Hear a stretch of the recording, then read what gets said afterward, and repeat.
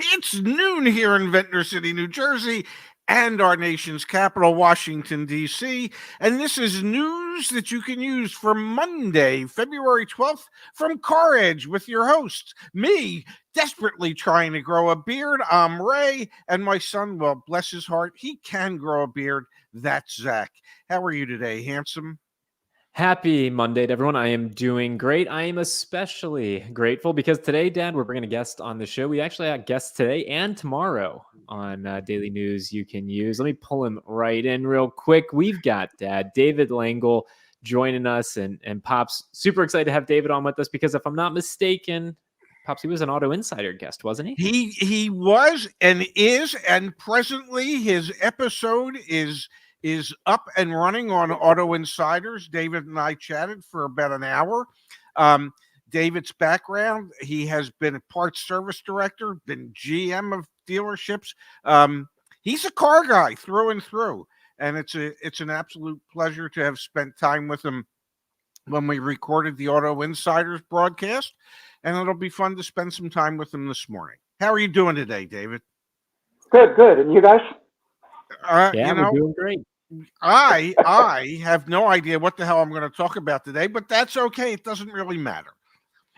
David, I'll kick things off here if you don't mind. So you've got obviously some extensive automotive experience, and I've got Auto Insiders, the channel here on YouTube, pulled up. So please go ahead, take a listen to those episodes over there, David's especially, and many others. When we were getting prepped for the show, you mentioned to me just the other day, you're down in South Florida, you were driving around, and you noticed that a lot of the Ford dealers in your area have some Mach-E's sitting around. So Pops and David, I thought what we could do is we could spend a little time kicking off today's show talking about Ford, and I'll share some data from the macro level, and then David, you can share with us what you're seeing in your backyard, and then some other tidbits from South Florida. I'll start things off here. We just ran the numbers on the fastest and slowest selling cars. The slowest selling EV in the United States of America right now, guys, there it is. It's the Ford Mustang Mach-E. And depending on what region of the country you go to, things get pretty dire pretty quick. We love to spend time in Omaha, Nebraska, David. We know that you're a little further south than that, but the day's supply of some Mach-E's in Omaha, Nebraska, 720 days, not to mention Ford still dealing with the multi-billion-dollar cost associated with the UAW strike. What did you send over this morning? You saw in your local area. What's going on with Ford? I drove around yesterday, and I have two AutoNation Ford dealers within 20 miles of me. 53 Mach-E's between the two dealers, 23s. 53 of them? 53, and 38 are GTs with MSRP of $72,000. So if I can extrapolate from what Zach just brought up and from what you just said, you can drive past those very same dealerships, say a year and a half from now, and some of those same vehicles are still going to be sitting there. Absolutely. They got 24s too. Oh my goodness. So I went inside and I said, what kind of discounts can you get on them? They're not even interested in selling them. What are they planning on doing with them other than using them as paperweights? It's disgusting. It really is. How does it tie into, David? You'd mentioned before the show you got a little tidbit from an Allied Bank rep down in South Florida. Like, how does this tie into dealer floor plan costs? What are you hearing there? I got a friend of mine that's been with Ally, for 30-something years, and he told me yesterday that they're going to have to request checks from banks for all the 23s, especially the EVs. They're going to have to stroke a check. They're not going to floor plan the 23 EVs any longer. I think as of March 1st, they're going to ask for the checks. And what was Ally's rationale for that? Well, with Vroom, they don't know if they're going to recover that money from Vroom. Yeah. And they're skeptical. They're starting to get a little skeptical. Wow. That does not bode well for the industry. No. I was going to ask David, how does this current situation that we're in, how does this feel relative to when you were active and managing stores? Oh my God, when I was active, I mean, Ray can tell you, they'll finance anyone. They didn't call your employer. They didn't ask for pay stubs. Even with people with good credit now, they're asking for verification of employment. It's different. Definitely different. Yeah. I can't imagine. I mean, if you're AutoNation and your floor plan company says to you, oh, by the way, March 1st, we're going to expect checks for every new 23 vehicle that you have and your EVs that you have on floor plan. We want those paid off. I just can't imagine what would be going through at corporate headquarters, which I believe are probably not too far from where you are. Correct. Yeah. Yep. You'll be seeing fire. And they have 20 in loaner service already. I mean, you're going to put all the Mach-E's in loaner? Yeah, it's crazy. Oh my! It's crazy. Yeah, my goodness gracious. Even with Volkswagen. I mean, I have two ID4s and I have an Audi. Yeah. There's ID4s all over the lot too, and that's pretty good selling electric cars. Well, I know this past summer when Zach was spending time at the Jersey Shore, we kept checking this one Jeep VW dealer, and yeah, their ID4s, their ID4 inventory just kept growing.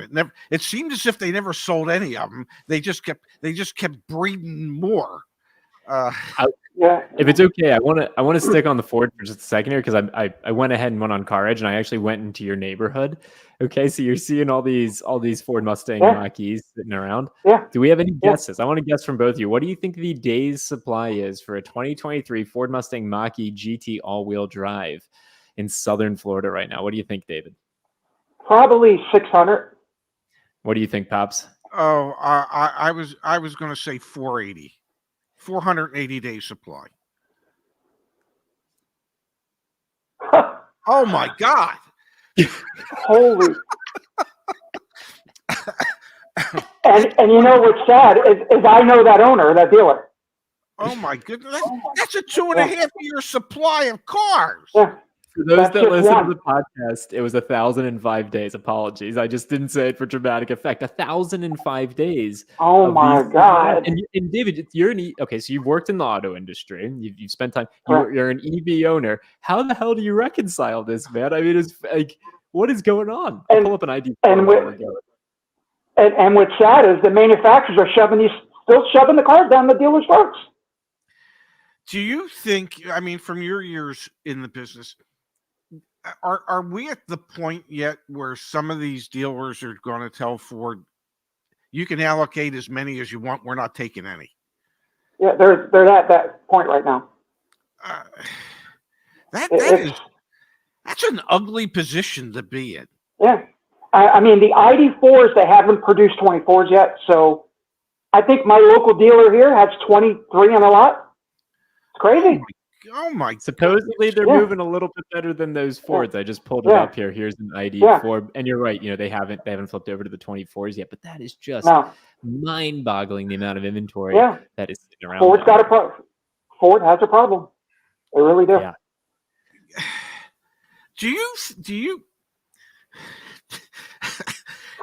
think that the people at Ford who were in charge of this, what I would call a debacle at this point, do you think they'll be fired, or do you think that they will be moved to a different position and given raises? I think they need to make some adjustments quick. I really do. They got a problem. Yeah, they do have a problem, but I'm thinking on the corporate side of things, they're going to go, well, we all guessed wrong. We can't just punish these people. Let's just create a new position, move them into different positions now, give them an increase in pay, and bring somebody else in to try and solve this issue. Yeah, it's crazy. And South Florida is big for EVs. It's really huge.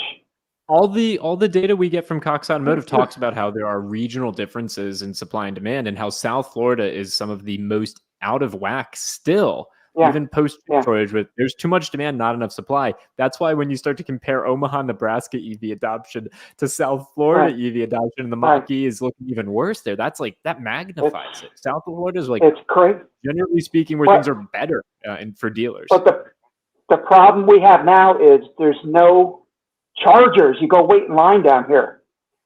So as I told you guys, I just spent $9,500 running cables from my condo to my parking space. Wow. Just because I don't want to sit in front of Target for 30 minutes. I mean, and David, if I may, you were going to bust my chops that I haven't gotten a damn EV yet, and I don't want to park in front of Target either, and I'm not even convinced that my Target even has an electric vehicle charger in front of it. You know, you don't drive much. I'm sure you'll work it out. yeah, I'll keep driving internal combustion engine cars for the time being. David, what brands did you represent when you were in the industry? GM, Lexus, and Toyota. Southeast Toyota I worked for too.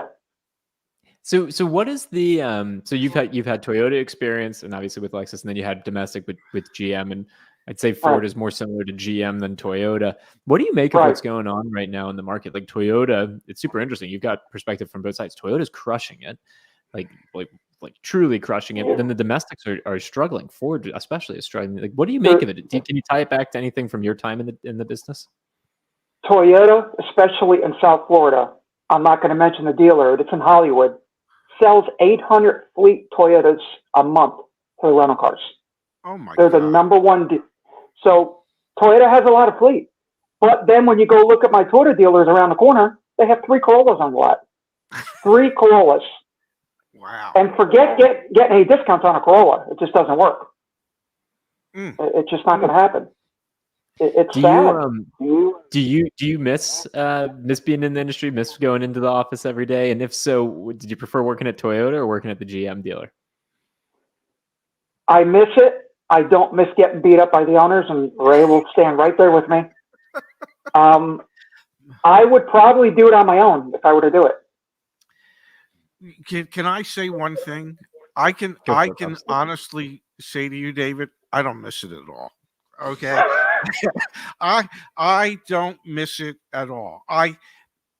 Zach keeps getting deeper and deeper into the car business.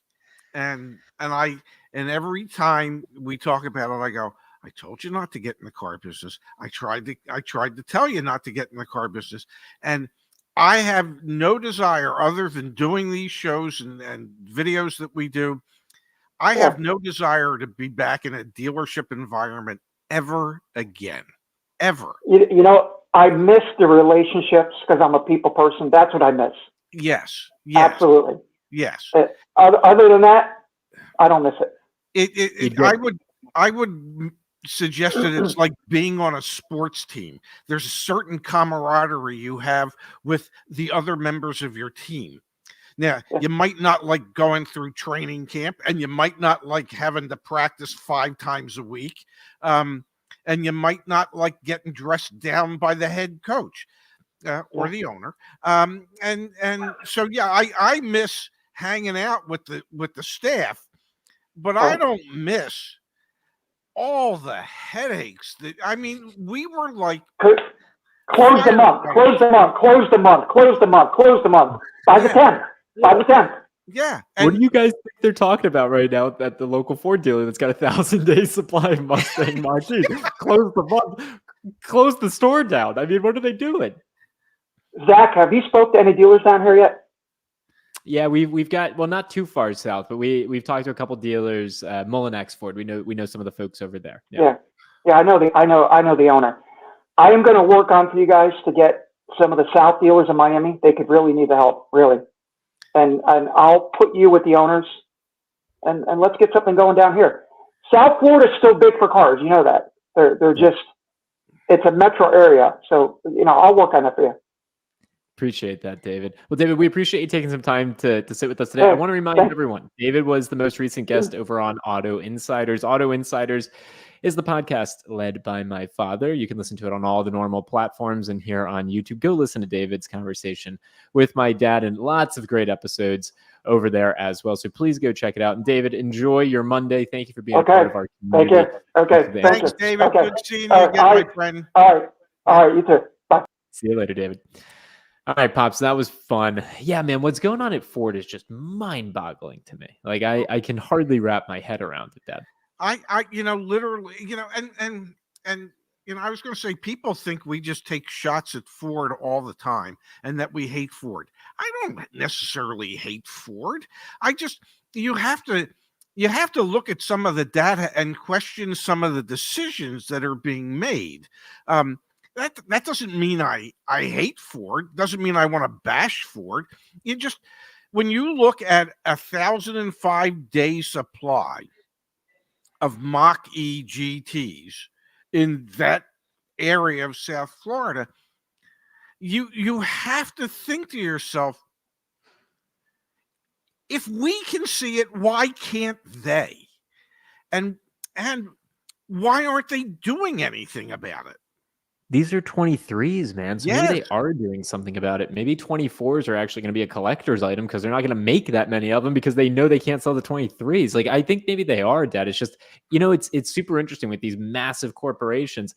They're like a humongous boat. It takes a while to go fast, to go slow, to turn, like, or train. It's a train, I guess, is the more appropriate analogy. But like, it's just going to take them a long time to be able to ever switch gears. And then you pair that, Dad, with what's happened with UAW, right? Like, it's going to cost them billions more dollars every year, which, to be very clear, is the right thing to do. The executives are making money hand over fist, and the employees were not getting paid anymore. So like, they had to do that. The UAW did their job. But holy cow, man, Ford's in a tricky position. And at the same time, Dad, Tesla just discounted the Model Y price by another $1,000 yesterday. Like, talk about a bad situation going from bad to worse. I don't know, man. Ford's just getting crushed right now. David's experience down in South Florida speaks to that as well. And it's just a tricky time to be a Ford dealer. It's a Ford dealer selling EVs. That's for sure. Yes, literally, if I was a Ford dealer and my rep said, I need you to do me a favor. We've allocated you some more Mach-E's. I would tell them to pound sand. You can allocate as many as you want until you figure out how to help me sell these damn things. I'm not interested in taking on any more of them. And I have to believe that dealers are collectively telling their factory reps, no mas, no mas. No more of these. It's not if you build it, they will come. It just is. You can build as many of them as you want, and if nobody wants to buy them, what was the point of building them? And I know Ford says EV sales are, they've slowed down a little bit, but there's still demand there. Truth of the matter is, Ford builds them, they ship them to their dealers, and the moment they're in dealer inventory, Ford has sold them. They don't care as much as they should about the difficulties that the dealers are having selling them. And that's where the disconnect is. Ford, totally. We sold it. We built it, we sold it. It's off our books. That doesn't help the dealer. I'm glad. What happens? What happens? It buys them time. It buys them like 6 months to a year. It's like, okay, dealer, now it's your problem. But then it becomes a Ford problem again, an OEM problem again a year later when the cars are still sitting there. Or in the case of South Florida with the GT Mustang Mach-E GT all-wheel drive, you got 1,000-day supply. You've got 3 years of inventory. Well, 2.5 anyway.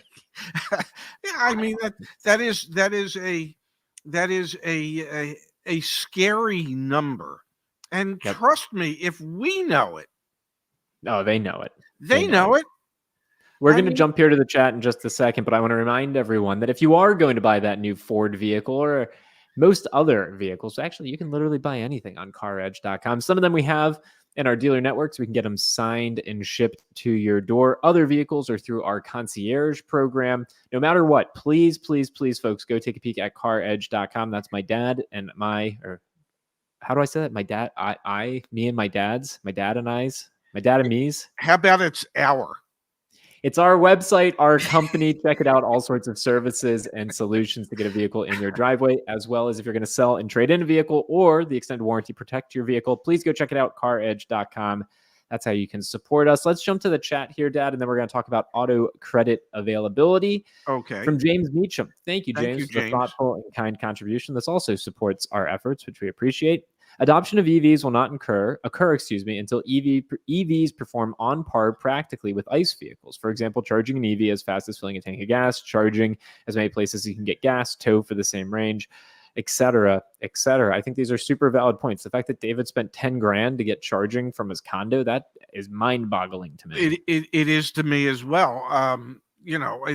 And I know, like Justice, when he goes to the grocery store, or he goes to the mall, or he goes to his Target, he charges his CarWise there. I don't have a Target near me. It is like, until you can find charging stations as readily available as gas stations, it becomes more of a pipe dream than a reality. So the infrastructure still has to be increased dramatically. Yep. For there to be the massive adoption that these manufacturers are planning for. They can bring out as many EVs as they want, but if people's fear is that they have nowhere to charge them. And I know everybody says, yeah, but most EV owners will charge at home. Well, those people have already bought them. I hear you. Okay. Pops. Yeah. So the rest of us, okay, Festivus for the rest of us, EVs for the rest of us, there has to be that infrastructure, because we don't have a charging facility at our home. I live in a condo. It might be the future. It just, to me, it's not the near future. Let's keep it moving, Pops. I want to talk about auto credit availability, but first, hear from Drew. Thank you for the contribution, Drew. Any ideas why Wall Street doesn't seem as concerned as you guys are with Ford? Their stock is mostly flat this year, down about 0.5 point. And up 50% over the past 5 years. What are your thoughts there, Dad? You know me, I don't understand the stock market. People get sucked in, and they like to believe things that I don't know how you phrase it. It's like they want to believe it, and so they think, okay, well, it's just, I don't know. I look at Carvana, and people keep, they want to believe it. Well, I think at some point they're going to go bankrupt. Okay, that's my opinion. So I'm not buying their stock. Others can, and it'll go up, and then it'll go down, and then one day it'll just crash, in my opinion. Okay, and so I think people, when they buy stocks, they're betting on the come. They're hoping. And sometimes they don't want to believe the facts that would lead them to perhaps change their positions. So, and Ford's making money. Let's not say that, because Ford is making money. That's what I was about to say. I was also going to say, they also have a cash cow, and it's called selling Ford F-150s. Yes. All right, let's switch gears. Dad. Let's talk a little bit about auto credit availability. Auto loan delinquencies and defaults increased in January. Auto loan performance deteriorated in January as delinquencies and defaults increases comes by way of Cox Automotive. Loans that were delinquent for 60 days or more increased for the 9th month in a row, and we're up 7.9% from a year ago. In January, more than 2% of auto loans were severely delinquent, up from 1.97% of subprime loans. 7.91% were severely delinquent. That was up from 7.7% in December. It was also the highest rate for any month dating back to at least 2006. The subprime severe delinquency rate was 61 basis points higher than a year ago, while the aggregate was 14 basis points higher. The other piece of information we got this morning from Cox Automotive was this: auto credit availability worsened again in January. Access to auto credit declined in January as credit tightened across all channels and across most lender types compared to December. And that comes from DealerTrack. And so there you have it, Dad. And you heard David mention, people with really good credit today are being asked to get verification of employment letters and different things. It is harder than it has been in years, even for people with good credit to get approved. And if, like, Ally Bank is saying to their dealers, hey, we're going to want you to pay off all your remaining 2023s come March. We don't want to be floor planning those for you anymore. That's going to make life more difficult for the dealers. Now, what it should do, one would hope, is that it should motivate the dealers to want to turn them back into cash now that they've had to pay them off. So it should motivate them to give you a better deal so they can sell it. But many dealers out there are still living in this fantasy land that they can ask for market adjustments and nonsense like that. Yeah, but we are, I think, seeing a real pressure, a real economic pressure being put on dealers. And then the downside is customers who might be interested in buying can't get approved or are coming in with immense amounts of negative equity or an existing repossession or delinquency. So it's like, prices might start to come down in certain areas, in certain regions. And at the same time, customer quality or customer ability to get approved is also going down. You need both. You can't have one without the other, and you need both to actually be in sync. You need prices to come down and quality customers to come through the door. Let's look here, Dad, from Graham. Thank you, Graham, for the contribution. Graham. So 2023 Gladiators are $10,000 to $15,000 off, and 2024's MSRP went up. Why would they think that the 2024s will sell $20,000 over the 2023 models? We got to dedicate a whole day this week to Jeep, man. What's going on at Jeep is mind-boggling. Maybe tomorrow's show, or tomorrow we're talking Mazda, but Wednesday's show will be all about Jeeps, man. What the hell are they doing over there? I'm pretty sure that they don't expect that the people are going to pay $20,000 more to buy a 2024. My suspicion is that this time next year they'll be doing the same thing on the 2024s that they're doing on the 2023s. And the 2025s will be $20,000 more than the 2024s. Stellantis has proven since their ownership of CDJR, Chrysler Dodge Jeep Ram, that they have a different perspective as to how they want to treat their brands. They have also proven, for instance, with Jeep over the last 5 years, that they have taken a niche brand that was extremely popular, that was always showing year-over-year growth.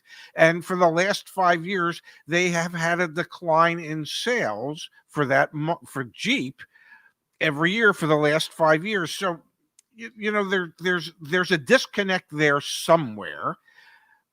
However, my suspicion is that they are making more per vehicle wholesale to the dealers than they ever have. And that's why they can afford to do this. Yeah. I also think they have to preserve some of the price power for the 24s to make it feel like you're getting a good deal when you get $15,000 off on a 23. Well, because when I was still in the business and people would say, well, what kind of discount you're going to give me on a 2024? And I used to look at it, you want a deal? You got to buy a 2023. I've got a year to sell this 2024 before it becomes distressed merchandise. So exactly. If you're looking to save money, then you're looking at a 2023. If you're looking for the most current stuff, then you're going to pay more because I got a year before I have to discount it. Exactly. All right, let's go to our favorite segment of the show. Really? You got to be kidding me. 2 ones for you today, Pops. First things first. Waymo vehicle surrounded and then graffitied. Windows were broken and firework lit on fire inside of the vehicle, which ultimately caught the entire vehicle on fire. This comes from the San Francisco Fire Department. We've got autonomous vehicles being destroyed, man. Yes. Like, just Yes. absolutely destroyed. And you know, I don't know if it's a really you got to be kidding me, or if it's a really what the hell is wrong with people. And in this case, I think it's what the hell is wrong with people. Yeah, I get it. You don't necessarily care for driverless vehicles in San Francisco. I get it. Protest it, but don't destroy the damn things. That says more about you as a person who would participate in something like that than it says about driverless vehicles. You, you need to control your emotions. You can't. Well, you can obviously, but you shouldn't go out and just destroy stuff because you don't care for it. You know, find a different way. Find a better way to vent your emotions. Do like I do. Rant until people think, "Oh my God, he's going to blow his top. His blood pressure must." It's not. Okay, I just enjoy ranting. So rant about the damn things. Don't set them ablaze. Yeah, definitely. And if I may, that's another example of why I'll never go to San Francisco. The other story for today's Really Gotta Be Kidding Me comes from Mercedes-Benz. Mercedes to move away from their egg-shaped EVs, drop the EQ names as well. Man, when these Mercedes-Benz EVs first came out, I thought they looked like dolphins. I thought they looked weird.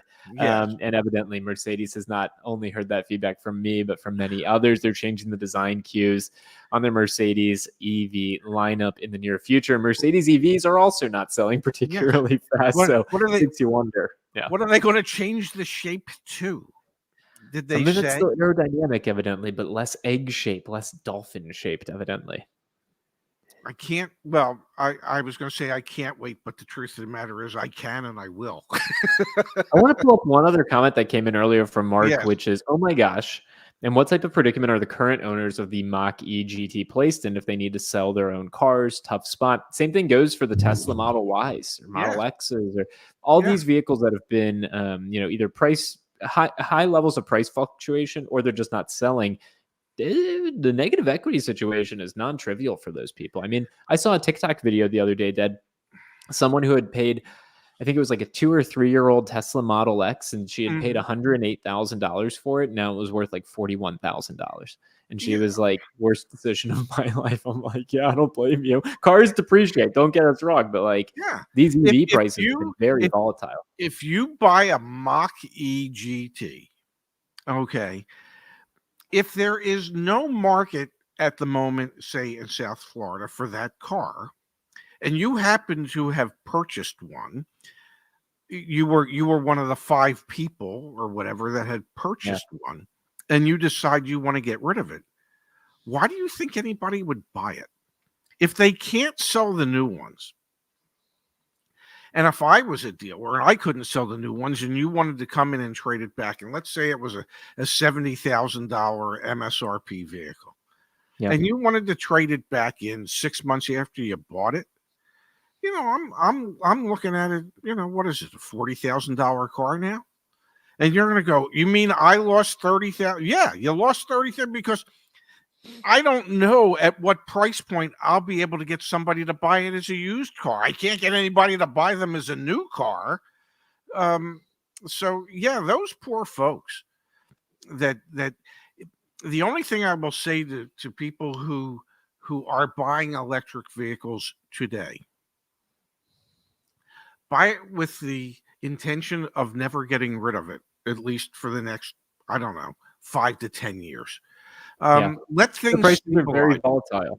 Yeah, let things stabilize, because if you buy it today with the thought that, well, I like to get a new car every 2 years, you are gonna need resuscitation when they tell you the value of your trade-in. Yeah, there's a chance. I mean, there are a lot of people right now who are sitting in that exact boat. There was the gentleman in one of our community members. I think his name was Kyle. He had bought a Mach-E with additional dealer markup like a year and a half ago, 2 years ago, Oh my! and realized he was $20,000-$30,000 underwater, and he just did a voluntary repossession. He just turned the car. He told his bank, "I can't do it."